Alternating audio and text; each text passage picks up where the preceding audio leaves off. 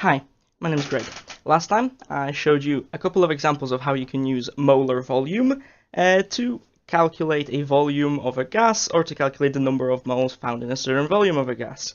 However, what you might have noticed is that all of that required you to know the value of Vm, also known as the molar volume, which, again, if you were to assume certain types of conditions, was either 22.4 decimeters cubed per mole or 24 decimeters cubed per mole. And as much as that's great, we'd like to also be able to calculate things, or gases specifically, when, well, the temperature or pressure were not that specific value. So we've got to come up with a different equation. But here, a kind of weird problem arises. You see, if gases could behave themselves, they'd be very predictable, right? And we could use that, we could use their predictability to explain them either mathematically or maybe just experimentally or potentially with some sort of fancy theory. But the problem is, gases are very naughty, and they don't behave themselves pretty much at all. Gases just cannot act like normal human beings, and so instead, we've got to assume they can. And what is meant by the assumption? Well, by the assumption, we are mostly talking about the ideal gas law, okay? The ideal gas law. Now, what is meant by the ideal gas law? There's a couple of small things that we mean. An ideal gas is one which you can describe as a collection of identical but fictional molecules with no volume, and that they never collide with each other, and that they never collide with the container they're in, and that there's no attraction between the molecules whatsoever. So even if you've got two molecules that are very highly attracted to each other, for example, something like you could have a gaseous water vapor, right? Which water molecules, even when in vapor form, they do attract each other quite strongly. But basically, if it's water, and we're using the equation I'm going to show you today, then simply we ignore the fact that they attract each other.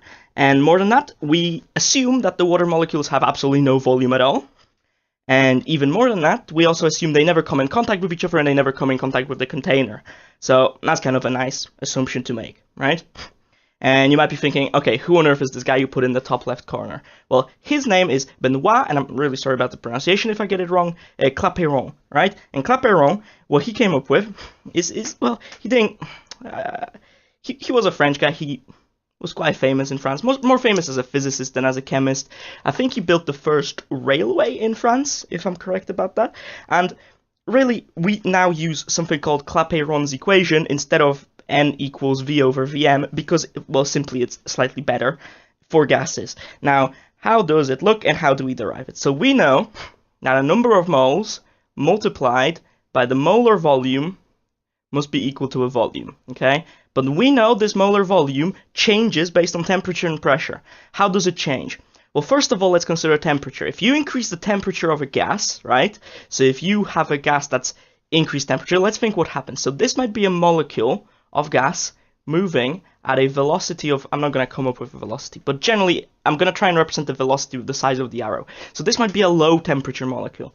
If temperature was added, the molecule won't just get hot. That's kind of how we humans perceive temperature. The molecule won't really get hotter, it will just get faster, because temperature at its kind of basic level is just how fast the molecules are moving. And hence, if we increase the temperature, molecules move faster, and if they move faster, the volume increases, okay? Another thing is pressure. So if I've got a container like this, so actually let's maybe make it square. So if I've got a container that looks something like that, and I've got some molecules of gas in it, right? Just gonna draw them in. 1, 2, 3, 4. Let's say I've got 4 molecules of gas within there. If I was to now take the same container and make it smaller and still have the 4 molecules of the same gas in there, as you might see, the pressure has increased as the volume's gone down. So as the volume goes up, the pressure actually decreases.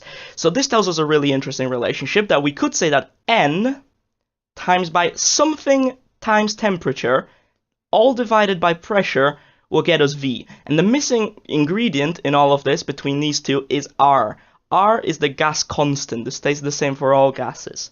And if we rearrange this equation, we'll get nRT equals Vp, or the way it's usually written, PV equals NR. Oops. What is that? nRT. Okay, so pressure times the volume is equal to the number of moles times the gas constant times the temperature. Okay, and this is what we also call the Clapeyron, or what we call Clapeyron's equation, or we can call it the ideal gas equation. Either way works. Let's consider the units. The volume in this example is written in meters cubed, right? But it's important that you know the conversion. 1 meter cubed is equal to 1,000 decimeters cubed, which is equal to 1,000,000 centimeters cubed.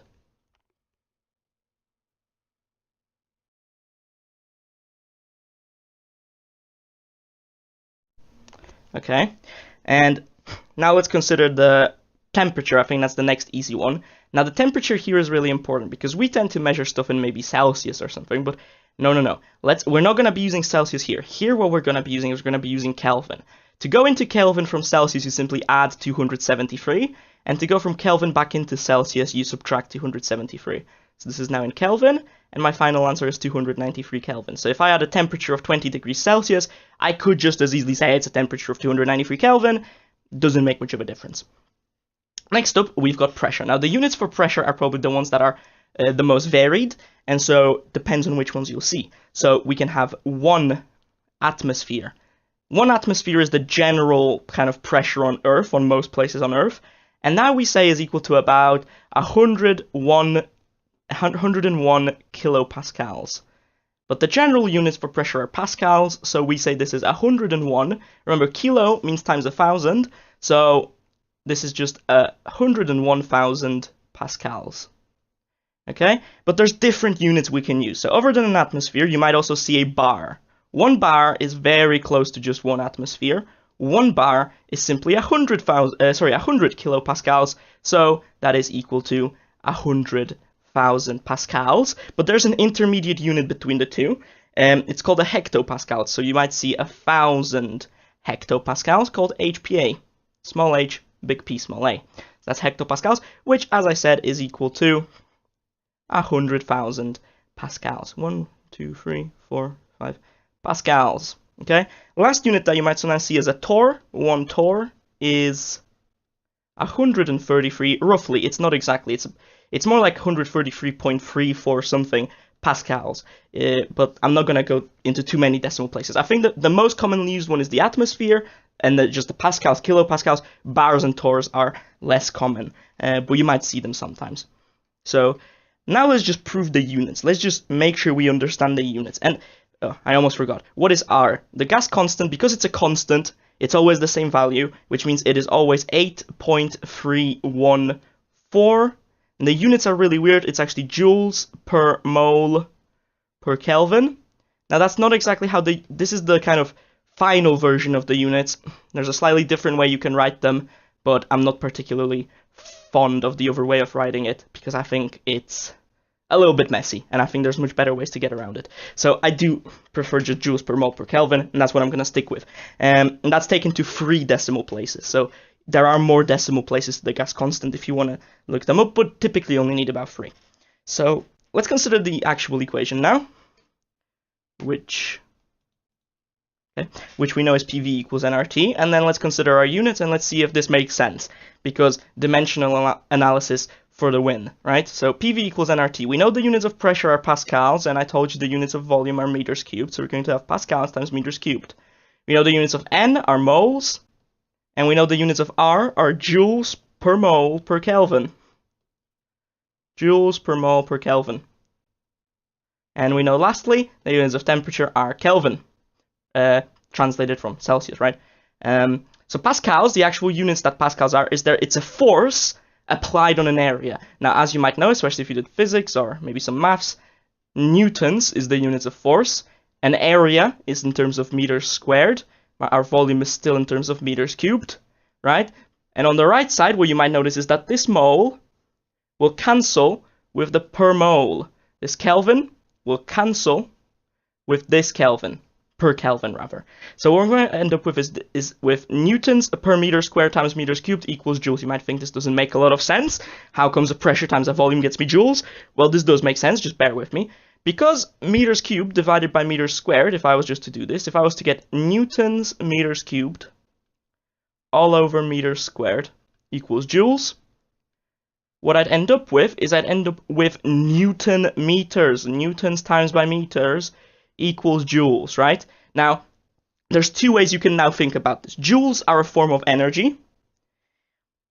So, Newton meters, the way you can think about that is it's a force being applied to something over a certain distance, to move it a certain distance. And if you're moving something, and you can try it now by moving any object around you, it takes some energy from you. And so Newton meters are actually equal to joules, so it's joules equals joules. Or you can kind of try and break the units as far as possible. Newtons are actually a mass times by an acceleration. Now a mass, we know, comes in terms of kilograms, and the acceleration comes in terms of meters per second squared. But because it's meters times meters, I'm actually going to end up with meters squared per second squared. And I know the units of energy are actually kilograms meters squared per second squared. And if you compare these two, well, they're equal. Joules equals joules. Our units work out.